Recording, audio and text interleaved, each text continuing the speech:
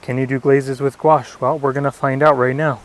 I've been wanting to paint this tree actually for a few years, and I've just struggled to catch it while the light is good, while the leaves are still on the trees. And so I'm mixing up here. I've got on my palette ultramarine blue, Windsor red, burnt sienna, and cadmium-free yellow. And these are all Winsor Newton Designer gouache. And I'm going to mix up what I think would be a very light wash, a glaze of Windsor red. I'm going to put it in right here, transparently as we can go. Now, one of the things with gouache, or any really paint, is that when you add white to a mix, it has a tendency to kind of dull it down and to make it cooler. And so I'll show you here on the palette, if I dip into my white and I mix that in with this Windsor red, you can see that this is a much cooler color, and I'll even put a little bit here next to it. You'll see it just doesn't have the punch. It doesn't have the punch at all that this paint has with transparently as a glaze. So we're going to let that dry, and now I'm going to continue on as I normally would with some of my darks. A little bit of ultramarine blue here, a little bit of this burnt sienna, maybe a little bit of this Windsor red to neutralize. That looks surprisingly green. And we'll make this a little bit wetter. There we go. I'm going to come in and kind of block in some of these darks so that I can get a contrast.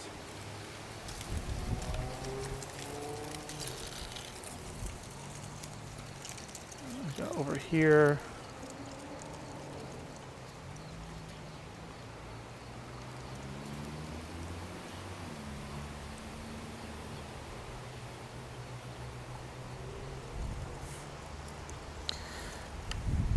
And the beautiful thing about gouache is it dries, so I can come in over the top of this later.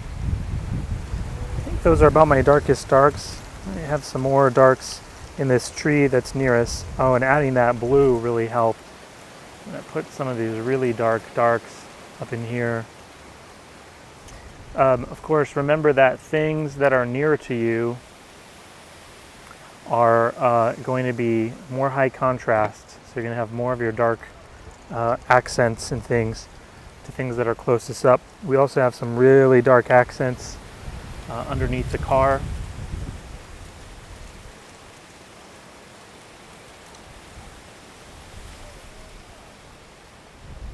I'm going to fix that. And this car too. It's really a windy day, as you can hear, and it's kind of gloomy.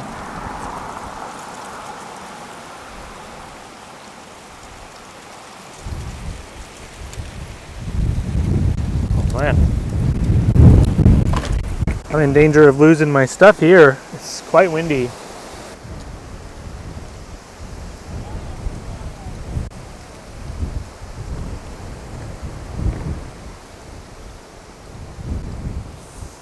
Add a little bit more brown into this mix for the tree trunk here.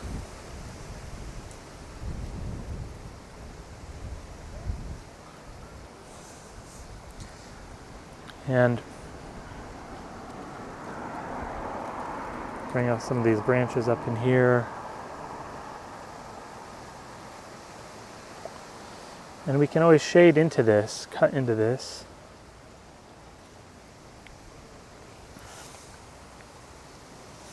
I think I will lighten up with a little bit of white, this mix here, and put in this tree trunk since I have this color on my brush anyways. And it's really just a, we're going to be kind of covering the things that we've put down. You know, I hear a lot of people talk about gouache and just paint in general, and you hear all kinds of things, and you can't paint transparently, don't water it down. And really, you know, I think it kind of depends a lot, as it is a lot of things, on the degree. How much are we watering something down? How much are we, you know, blocking things with our technique, preventing things from working right. And I'm kind of looking for some big shapes. I'm going to use some of this burnt sienna and a little bit more water to that, a little bit of blue, not that much. Maybe a little bit of this Windsor red too. I'm kind of surprised how yellow this burnt sienna is. We'll go with something like that. No, I think I need it to be a little bit darker. I'm looking for the brick mixture for this building, for the structure here, and I really liked this composition. A little bit more red. There we go. Okay, I'm gonna just wash this in. This is the beauty. This is the beauty of flat brushes. Being able to get clean, straight lines. I'm actually gonna come up here too. Something like that. And I think I might take this and mix a little bit more blue into it, a little bit of this yellow, and I want to get a brownish green. And wow, this is just crazy windy. Camera almost fell over there. I'm going to brush in this tree that's in front of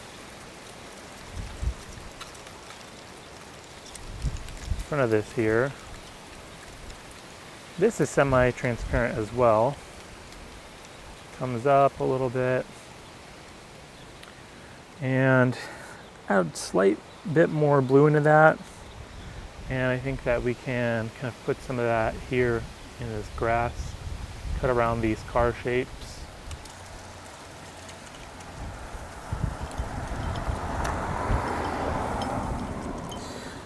My water is not very clean, but I'm going to wet this area here and here.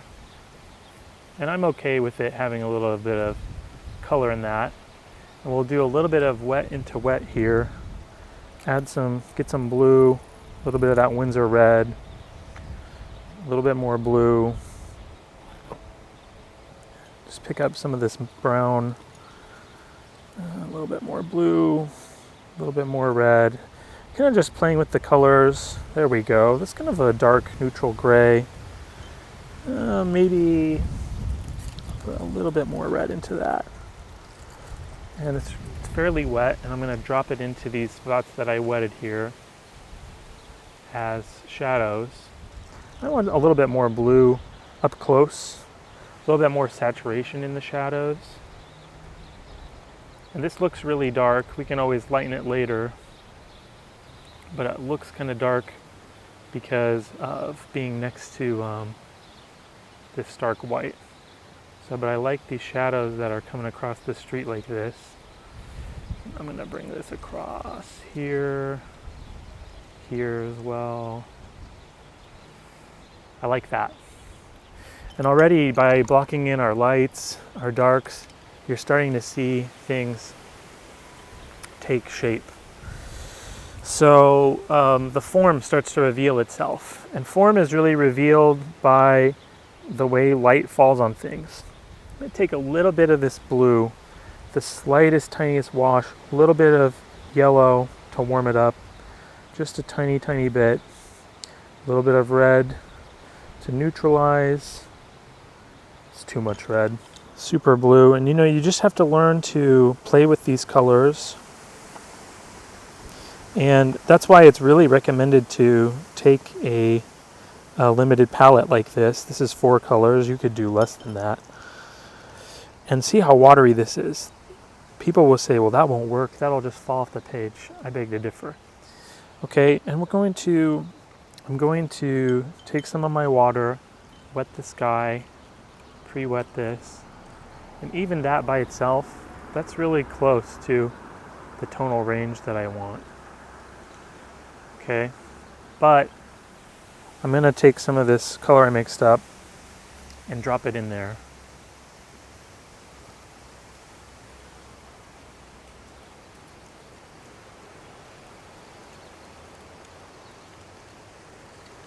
Okay, drying off my brush. When you have these beads like this, you can soak that up. And while this is still wet, I can dry the brush, and because this is paper with cotton, I can kind of brush out some clouds, lighten it up a little bit, soften it, and we might come back into that later. Since I have this color and I kind of like it, it's a darker green. I'm going to add a little bit more blue, a little bit more green. And I'm going to go for that roof of the building now. Add some more red to neutralize it. See, a lot of us, we know you can mix. Let me add some white to this to make it a little bit more opaque. And that might be too white, so let me darken it down again. We know that you can mix, say, blue and yellow, and that makes it green, right? But a lot of times people come in there too saturated with their greens. See, and then compared to that sky, look how dark this looks. On my palette, this looked really, really strong, really bright. But on here, it's dark, which is good because it's kind of backlit. You can always go back and lighten some of these colors. Okay, I'm going to switch to my smaller flat brush here. I'll go back to the brick color because there is a little building behind this red tree. And I want to add some blue. That's far too black. Add some more red. Maybe a little bit of white. And the white, like I said, it's going to tint that color. And I'm okay with that because I want it to recede. I want it to feel like it's not as close to us. And as I was saying earlier,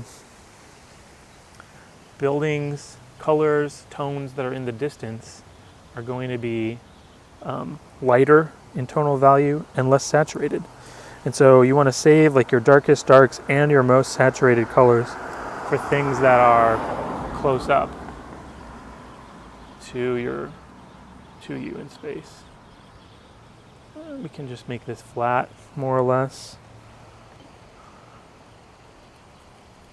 Pull it down.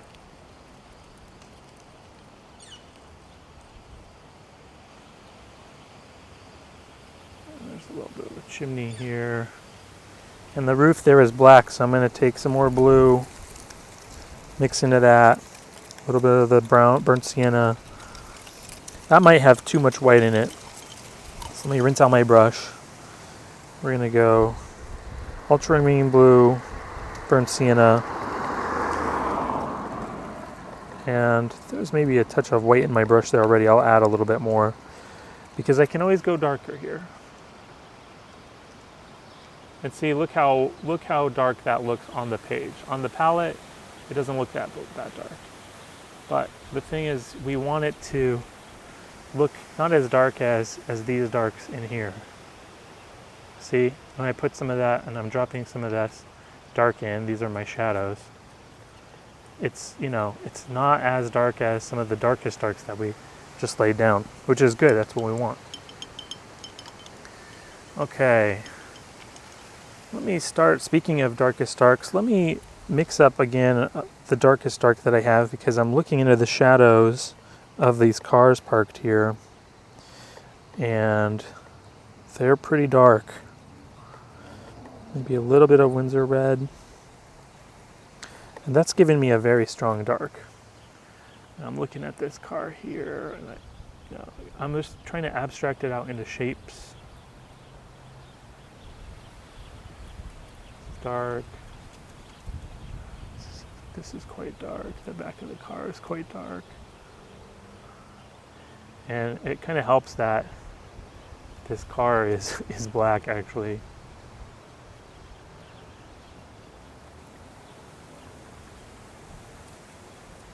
And I'm just trying to squint a little bit and group these colors.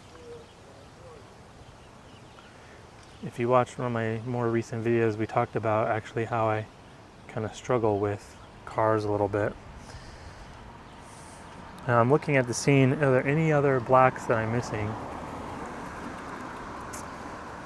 Not really. I might reinforce some of these branches up in the tree just to give this tree some depth. I'm cool with that.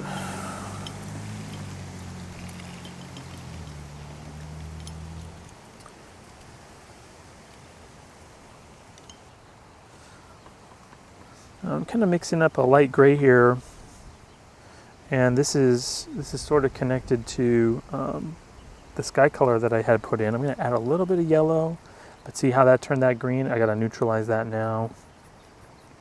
And I might not even be worth trying to save that. Let me start over. I'll use this gray here. Add a little bit more white to that. Quite a bit more white, I think. And this is what I want the highlight of the pavement to be. Let's see what that looks like. I think it still could go lighter, so we'll use a lot of white here. There we go. That works.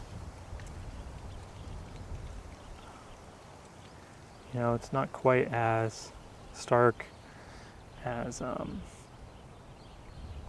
the white of the page.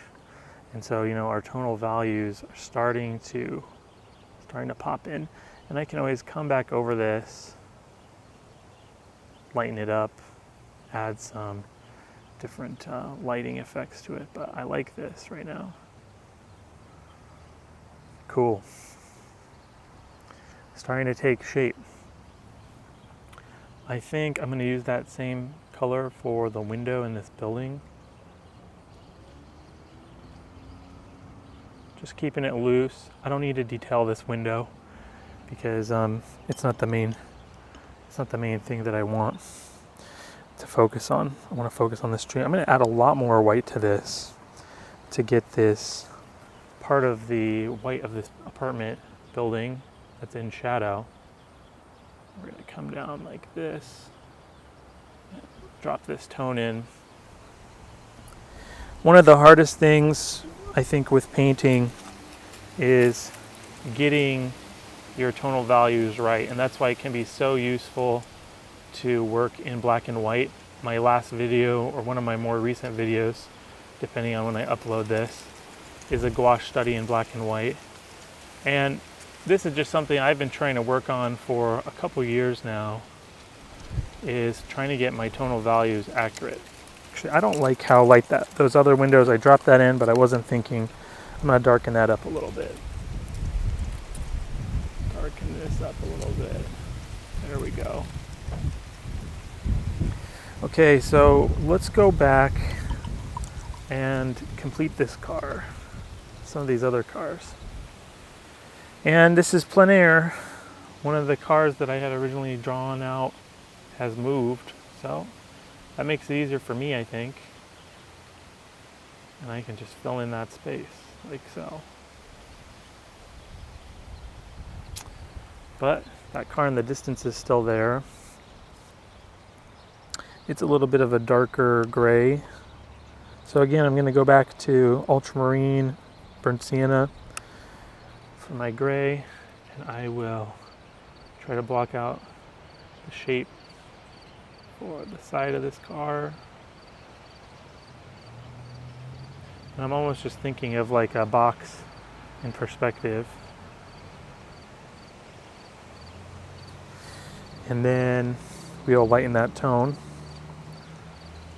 for the parts at the top that are reflecting, the hood.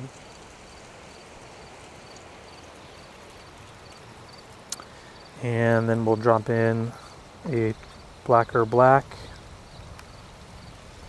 for underneath the car. Of course, there's a shadow.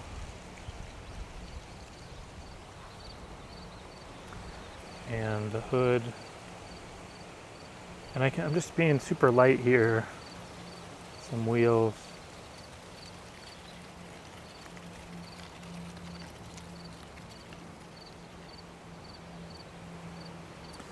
It's not great, but I think you kind of know what it's doing. Let me fill in some of this grass.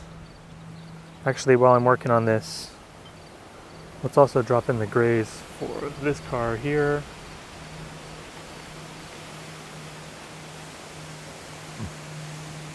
A little bit darker on the side.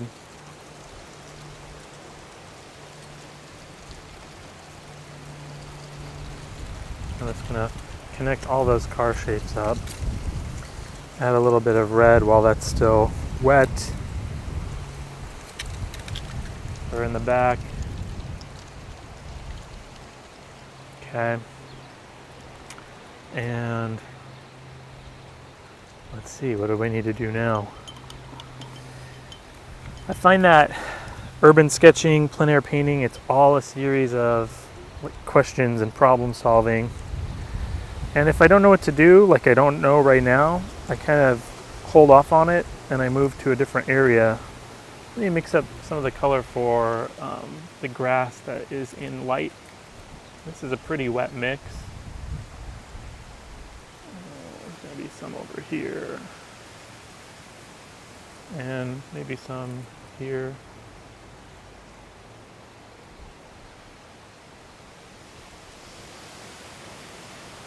Color this in.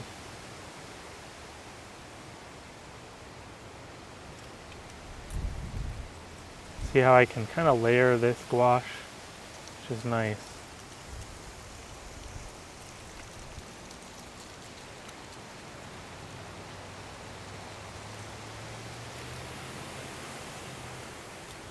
Starting to take shape. While I have this green here, I'm going to add blue to it, really deepen the color quite a bit for the shadows in these trees that are close up. I'm going to add a little bit of brown, burnt sienna, desaturate slightly, and I'm squinting and I'm looking at my shapes here. Got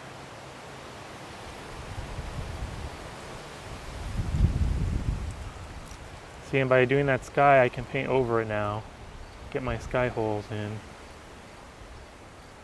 And get this effect, dry brush, using the texture of the page.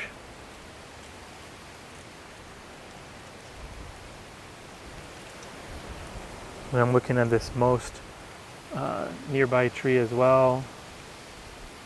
It really comes out here. Now I'm lighting it up, not with white, but with yellow, to maybe go one step higher. That might have been too much. Add more blue, a little bit of red, burnt sienna. Desaturate. The thing I was saying is, you might mix, everybody knows how to mix a green, but the secret is knowing how to desaturate it. Most colors in real life are desaturated. They're not that full, potent, intense green. And even if they are, you want to save that for kind of your focal area. And because this gouache underneath is dry, I can paint over the top of it, and I'm able to get layers. This is just one of the really nice aspects of gouache. I'm kind of squinting. I'm really going to block in a lot of this. There we go. Try to get rid of the white as much as I can. And make it just a little bit more wet. And I feel that there's still layers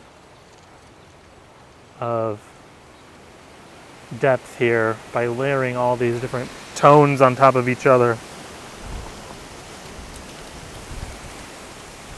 Okay, and then now that we have this green, I'm really going to lighten it up for the highlights, and I'm going to keep it fairly saturated. And you can just look at this yellow color and see that it's quite a bit lighter in tonal value than, say, this blue. And so I don't have to always use white to lighten a tonal value. I can lighten tonal value by using yellow. And of course, see here how a little bit more yellow, how now you're getting this highlight effect on these trees, and I didn't use any white. Okay, kind of back in here, this is catching light over the tops like this.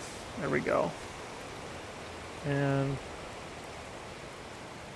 yeah, now this tree that's closer to me is a little bit more desaturated, and that's where sometimes the rules that you learn don't always apply in real life. So I'm going to come in over the top of some of these shadowed. I'm going to have a fairly dry brush and I'm going to paint over the shadows that I did. And because it's a different color and a different tone,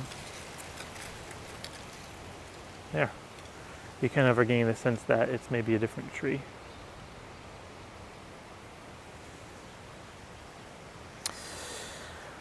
Okay, let's finish these cars. So I'm gonna go in, need to remix my black again. A little bit of red. And I don't want it to be as black as what I had mixed before. So a little bit, pick up some of this white, a little bit, just a step up from where we're doing. And I'm going to kind of block it in, I think.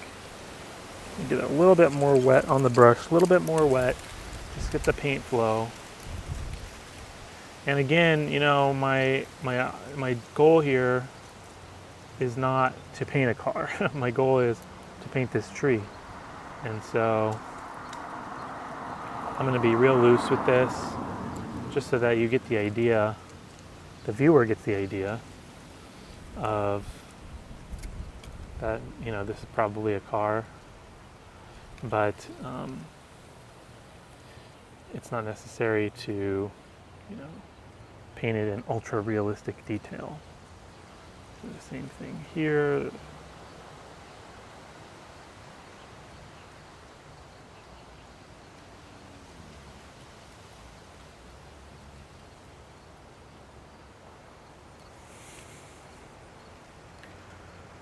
This was something I struggled with last time. I'm gonna add a little bit more white now. Getting the perspective right on these cars is so tricky. Add in some of this highlight here. Maybe I think I need more white than that.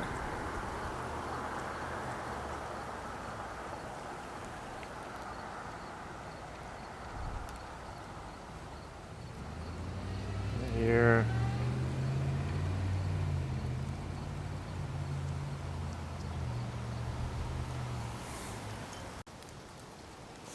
I'm gonna dip into my blue. Maybe my palette camera wasn't working at all. That would be a bummer. And because of the way the lighting is on this, the hood of this car is getting a lot of white, a lot of light. I'll bring that in like that. So the top, like so. And then even more white for that transparent windshield. There we go. Put these in. You know, and that's maybe good enough. You can tell what that is, I think. I'm going to keep this tonal value. And I don't mind having a little bit of blue in that. I'll lighten this up here. I'm just looking for little kisses of those highlights.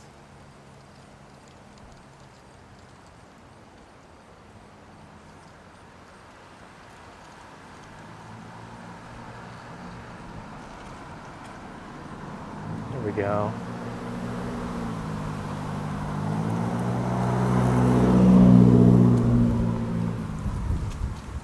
Yeah, it's not good.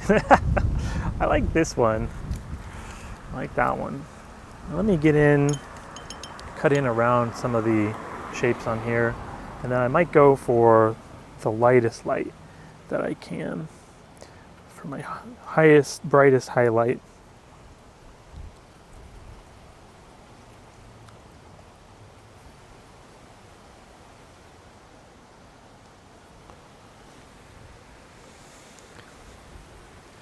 Need to mix some more pavement color for around these cars. It's probably a little bit too bright, hard to say. One thing about gouache is that it does dry brighter than, it dries darker than how it goes down initially.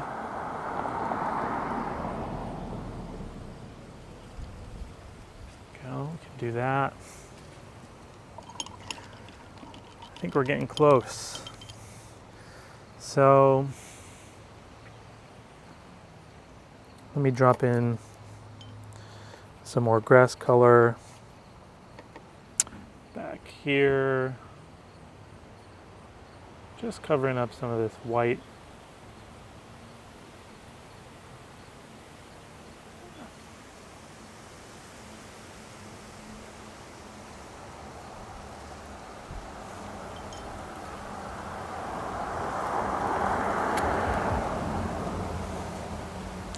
And now it's kind of a matter of just covering up some of the white, like I said. Cut around some of these shapes.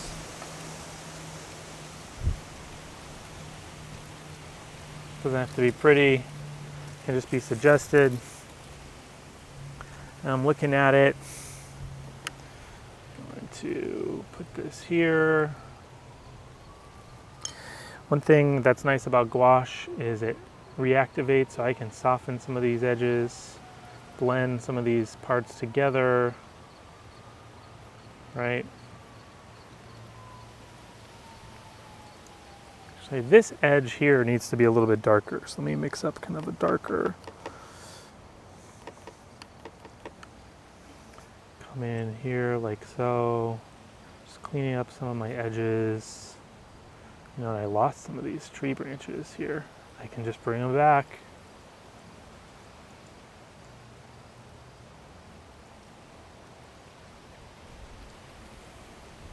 This edge is a little bit darker too, adding some of that texture back in.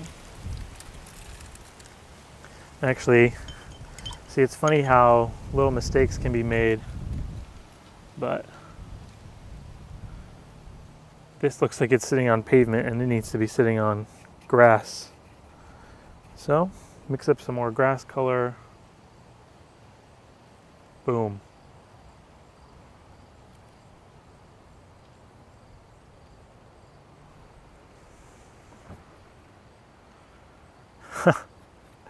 This car should be sitting on pavement, not on grass. So let me mix up some pavement color. And you know, this is super common. I gotta admit, it's hard to talk and paint at the same time. I don't know how Bob Ross did it. Let me mix up a little bit more white in that mix.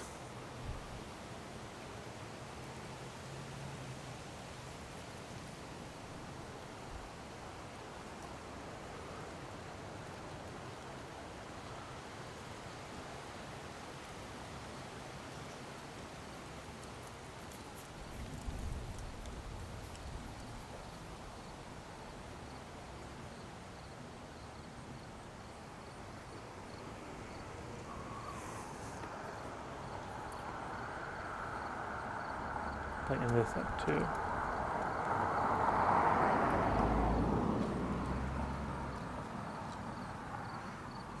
Keep that sense of light.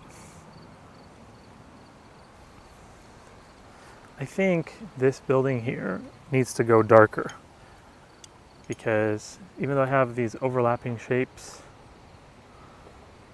it's not dark enough. I things that are closer to us will appear darker. So I'll make some burnt sienna, add some Windsor red to that,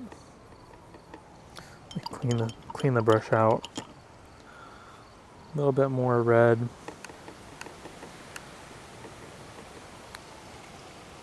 Okay, let's try this now. There, I like that.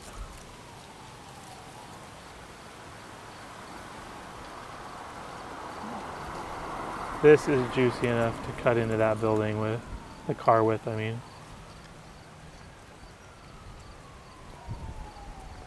There we go.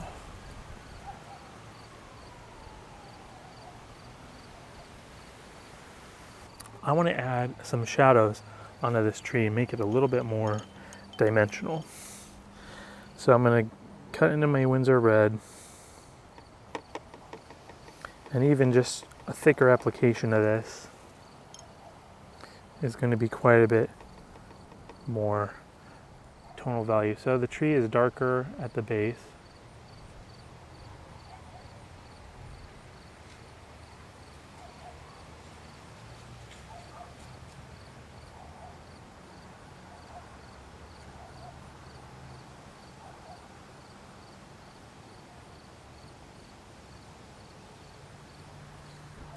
So I hope that you can see that yes, in fact, you can do glazes with gouache. And even if you don't go over a pure white, look, I can go over other gouache that's dried. I'm going to drop in a little bit of green into that.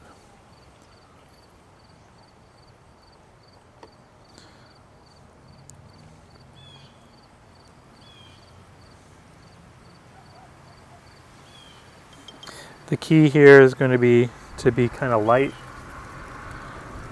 with it. And see how that, because it's a complementary, it adds more shadows to it. See that? I love that effect. Okay, what else do I need to do? Let me go in with like some pure white for the highlights on these cars.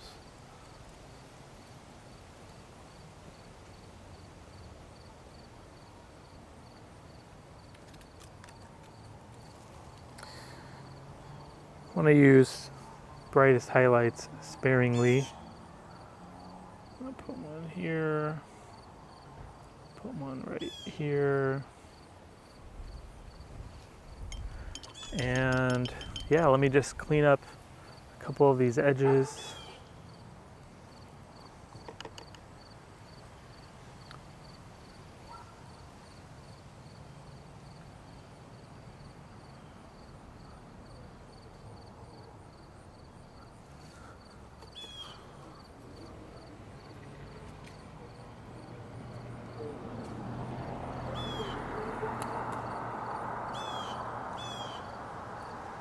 Add some windows in this building back here.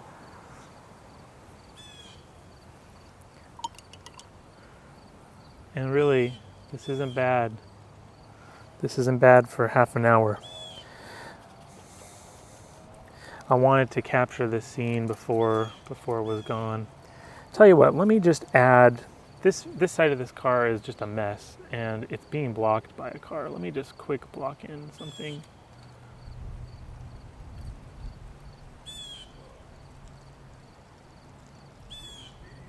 There.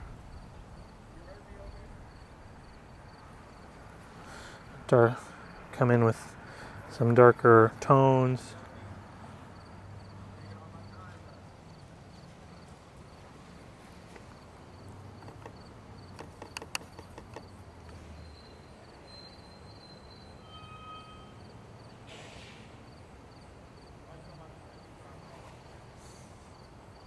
Put in some wheels here. Is this car going to look better than all the other cars? I guess I need to let that dry. Let's see. Bring this forward properly. You know, I could keep going. I could keep correcting and correcting and correcting.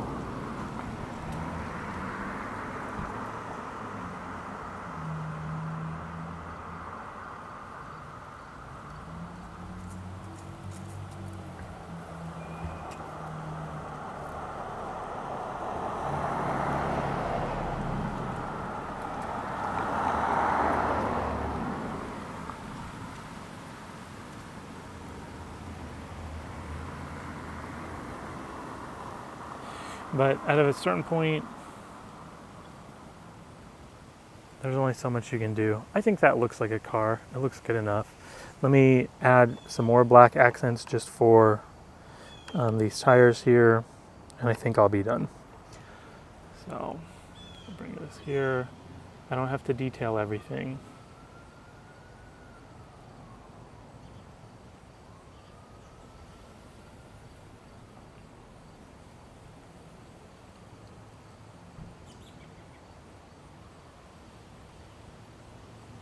Yeah, that's good enough. That's good enough. Let me soften a couple edges, and I think we'll call it a day. Just blend. You know what I want to do? One more thing though. I want to reestablish the trunk of this tree, because you can dip and dabble and do all these things, but what's my focal point? What's my main thing? Where do I want the most contrast? It's right here. I want the most contrast right here. And so we'll try to bring that contrast right there. See that? I like that a lot better. Now your eye definitely goes to that, for sure. And I'll spend the rest of my time kind of blending these white spots out.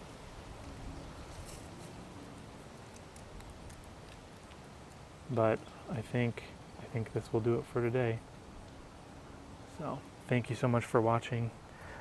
You guys give this a try at home, whether you're a plein air painter, urban sketcher, whatever. You can try glazes.